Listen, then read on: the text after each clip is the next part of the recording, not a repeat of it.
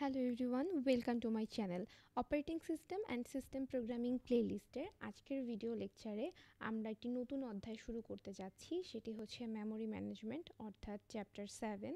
Operating system টপিকটা actually অনেক বেশি বড় এবং এটি যদি আমরা ইন ডিটেল পড়তে যাই বা ইন ডিটেল যদি আমি এটা নিয়ে ভিডিও মেক করি, সেক্ষেত্রে দেখা যাবে কয়েকশো ভিডিও তৈরি হয়ে গিয়েছে এবং এতে দেখা যাবে আপনারাও বোর ফিল করবেন। দ্যাটস দ্য রিজন আমি খুব বেসিক বিষয়গুলো নিয়ে এখানে কথা বলার চেষ্টা করেছি, যে বেসিক বিষয়গুলো একেবারে না জানলেই নয়, শুধু সেই বেসিক ধারণাটুকু আপনারা এই আমার প্লেলিস্টে পেয়ে যাবেন। তো চলুন শুরু করা যাক। মেমোরি ম্যানেজমেন্ট কথাটা আসলে প্রথমত দুটো বিষয় আসে, সেটা হচ্ছে লজিক্যাল অ্যাড্রেস এবং physical address. Logical address actually কী, সেটা হচ্ছে সিপিইউ যখন এক্সিকিউট করে সেই এক্সিকিউশন টাইমে একটি অ্যাড্রেস জেনারেট করে, সেই অ্যাড্রেসটা হচ্ছে আমাদের লজিক্যাল অ্যাড্রেস। আর ফিজিক্যাল অ্যাড্রেস হচ্ছে এটা আমাদের মেইন মেমোরিতে থাকে, অর্থাৎ র্যাম, র্যান্ডম অ্যাক্সেস মেমোরির একটি বিশেষ জায়গা, একটা অ্যাড্রেস, যে অ্যাড্রেসটাকে আমরা বলছি ফিজিক্যাল অ্যাড্রেস। এখন এই পুরো বিষয়টা একটা উদাহরণের মাধ্যমে যদি আমরা বোঝার চেষ্টা করি, সেক্ষেত্রে চিন্তা করেন যে আপনি একটি বই আপনার দরকার এবং এটার জন্য আপনি কোথায় যাবেন, লাইব্রেরিতে যাবেন, কোনো একটা বই বা ডেটা নেওয়ার জন্য আপনি লাইব্রেরিতে গেলেন। তাহলে পুরো লাইব্রেরিটা যেখান থেকে আপনি অ্যাকচুয়ালি ডেটা নিতে যাচ্ছেন সেটা হচ্ছে আপনার সিপিইউ, রাইট?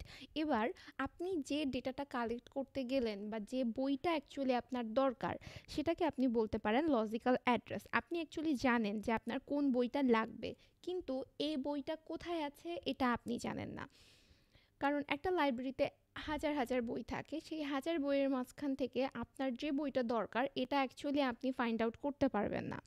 তো এই জন্য যেটা হয় সেটা হচ্ছে আপনি লাইব্রেরিয়ানকে বললেন আপনাকে ওই বইটা খুঁজে দিতে। তো এখানে লাইব্রেরিয়ান হচ্ছে আমাদের memory management unit, MMU means memory management unit, এটা সিপিইউতে থাকে। মেমোরি ম্যানেজমেন্ট ইউনিট যেটা করবে, সে হচ্ছে আপনাকে একটা প্লেস বলে দেবে যে এই প্লেসে এই ডেটাটা আছে। দ্যাট মিন্স ধরে নিন ওই বইটা যেটা আপনি চাচ্ছেন সেটা আছে আপনার section 7, self number 3 and book number 5। এখানে গেলে আপনি ওই বইটা খুঁজে পাবেন। এটা হচ্ছে আপনার ফিজিক্যাল অ্যাড্রেস। এই ফিজিক্যাল অ্যাড্রেসটা অ্যাকচুয়ালি কোথায় থাকে? একটা লাইব্রেরিতে অনেকগুলো শেলফ থাকে, রাইট?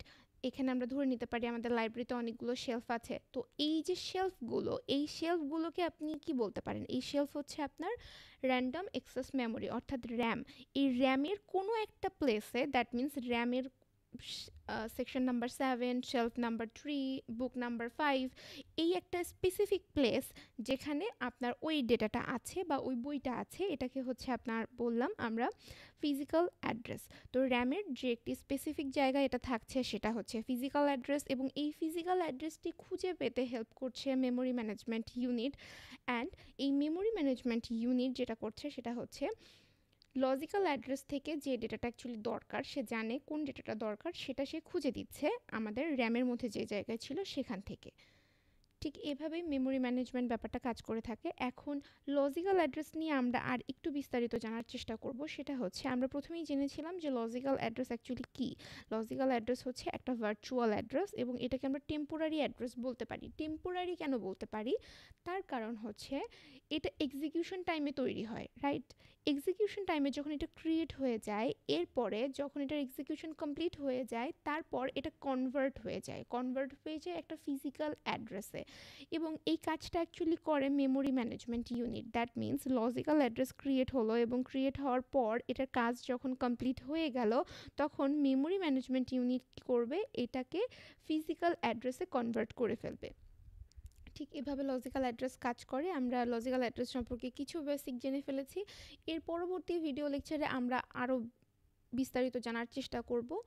আশা করি বোঝাতে পেরেছি। এরপরেও যদি আপনাদের কোনো প্রশ্ন থেকে থাকে বা আপনারা যদি বুঝতে না পারেন, সেক্ষেত্রে আপনারা আমাকে মেল করতে পারেন, আমি ডেফিনেটলি রিপ্লাই করার ট্রাই করব। অথবা আপনাদের যদি কোনো পরামর্শ দেওয়ার থাকে সেক্ষেত্রেও আপনারা জানাতে পারেন। আমি চেষ্টা করব আপনাদের পরামর্শ মতো পরবর্তী ভিডিওগুলো মেক করার।